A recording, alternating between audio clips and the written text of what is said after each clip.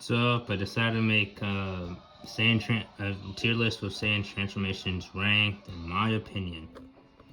I'm gonna explain from I'm gonna explain why each of these are where they are, and yeah, that's it. Starting with Beast Gohan.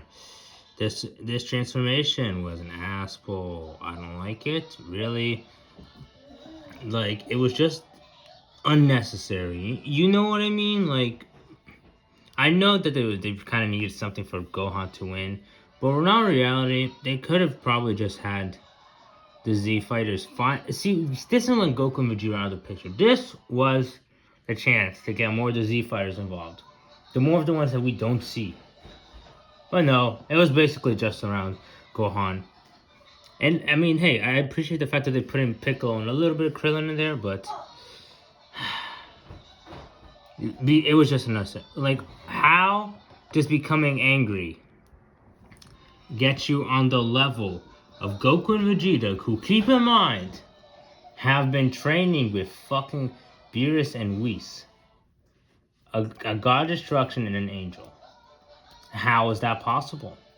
Why is this possible? It just looked at the manga. Yeah, apparently they're around the same level. Why?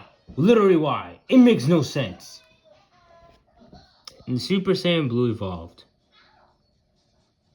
This transformation solely exists because Super Saiyan Blue is just useless and can't win a fight. That's it. That's all it exists for. It was never going to be used again. We're never going to see it again. They didn't even use it in the Broly fight, I'm pretty sure. So, yeah. Super Saiyan Blue. It's so disappointing that Super Saiyan Blue Evolved had to be created just to win against Toppo.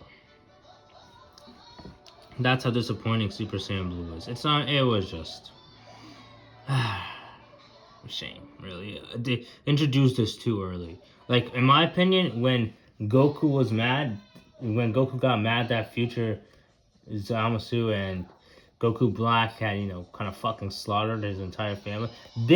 When you heard about that, this is when Super Saiyan Blue could have introduced. This would have been cool.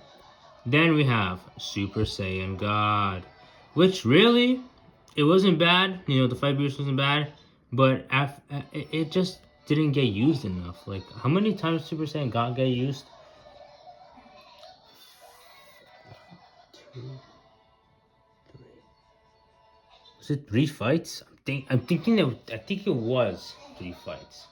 Yeah, it was 3 fights. Against Beerus, which was cool. Against Broly, which Broly just completely destroyed him.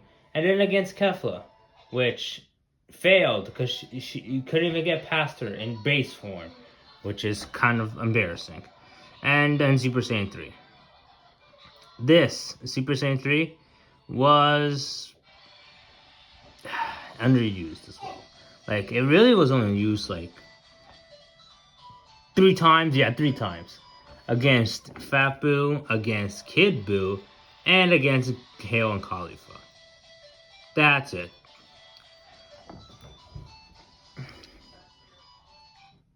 It's just not even, like, it's just... Oh, yeah, I was also used with against Beerus, but, Beerus was one-tapped Goku in that form. But, yeah, it just doesn't make sense. Why... They really just could have made this better. They just could have used it more. Although I'm glad they gave it a win, at least, unlike Super Saiyan God. Okay, so you might be wondering, why do I have a picture of Kefla in Good Transformation? I think that the transformation she did against Goku or Gohan, depending if you're watching the anime or manga, is, I think it's like some kind of Legendary Super Saiyan 2. Because, Cauliflower could go Super Saiyan 2. Kale could go Legendary Super Saiyan. So I think it was like a mixture. And you see, while I didn't like the fact that Kefla had needed Ultra Instinct to be taken down, even then it took a while, I do like the idea of mixing transformations. It's something I want to see with Gogeta or Vegito. Mixing Ultra Instinct, Ultra Ego. And I know, realistically, they would probably explode if they tried using both of those at the same time. But maybe could say that since it's two different people, they could just say that Vegeta or Gogeta could use Ultra Instinct, Ultra Ego at the same time because it's two different people in one body, and maybe possibly. So yeah, so I think that whatever Kefla did, combining Kale and Cauliflower's power transformation in a sense, I think that could be the start of something that could be kind of cool that could lead to Black Frieza's defeat. So this right here, this could actually be a start to it. I like the concept, okay? Super Saiyan 2. Loved it. It was absolutely necessary against Cell. And this was the right way to show Gohan's potential. After he had trained with Goku. Not Beast Gohan, which he just didn't work for at all. Just Super Saiyan, just like that. Training, and then he got stronger, his potential came in. See, this is the perfect mixture of training and potential. He was stronger than everyone else, but he worked for it. It makes sense. Okay? Legendary Super Saiyan. I just love the idea of like basically Hulk-like people just running around and beating the shit out of people. I mean, what Kale did with Super Saiyan Goku was literally like a reference to Hulk beating the shit out of Loki. Like, if you look closely, she was smashing him on the ground over and over again, like like Hulk did with Loki. It was a nice reference. And Z Broly was just different, you know, kind of a menace to society. And then Super Broly was just like smashing things just like the Hulk, beating the shit out of everyone with no remorse. I mean, no, more like a wild animal. But I like these kinds of transformations. Super Saiyan. I'd be a dumbass if I didn't put Super Saiyan in Goated.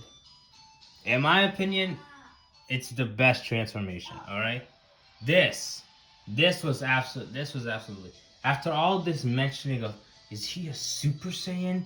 It finally happens. Goku actually became a Super Saiyan, beat Frieza, and this transformation also has the most wins. Like, keep that in mind. Super Saiyan has the most wins.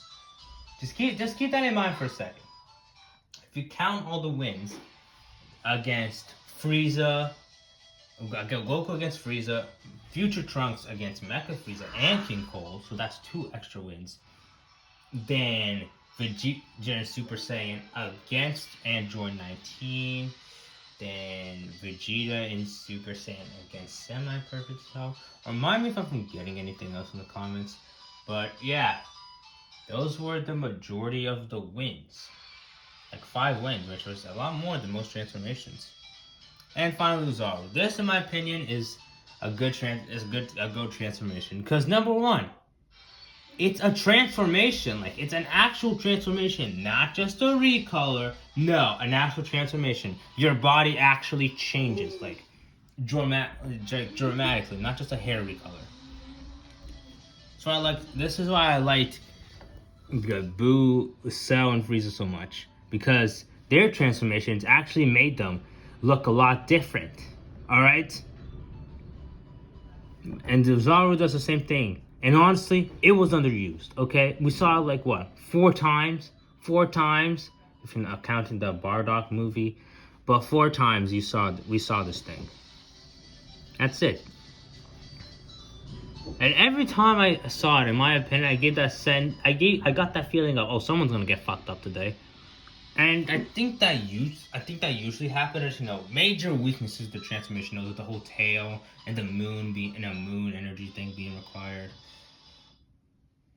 But yeah, in my opinion, the Grade A Gohan versus Vegeta was actually like really good. Like, bro genuinely had Vegeta.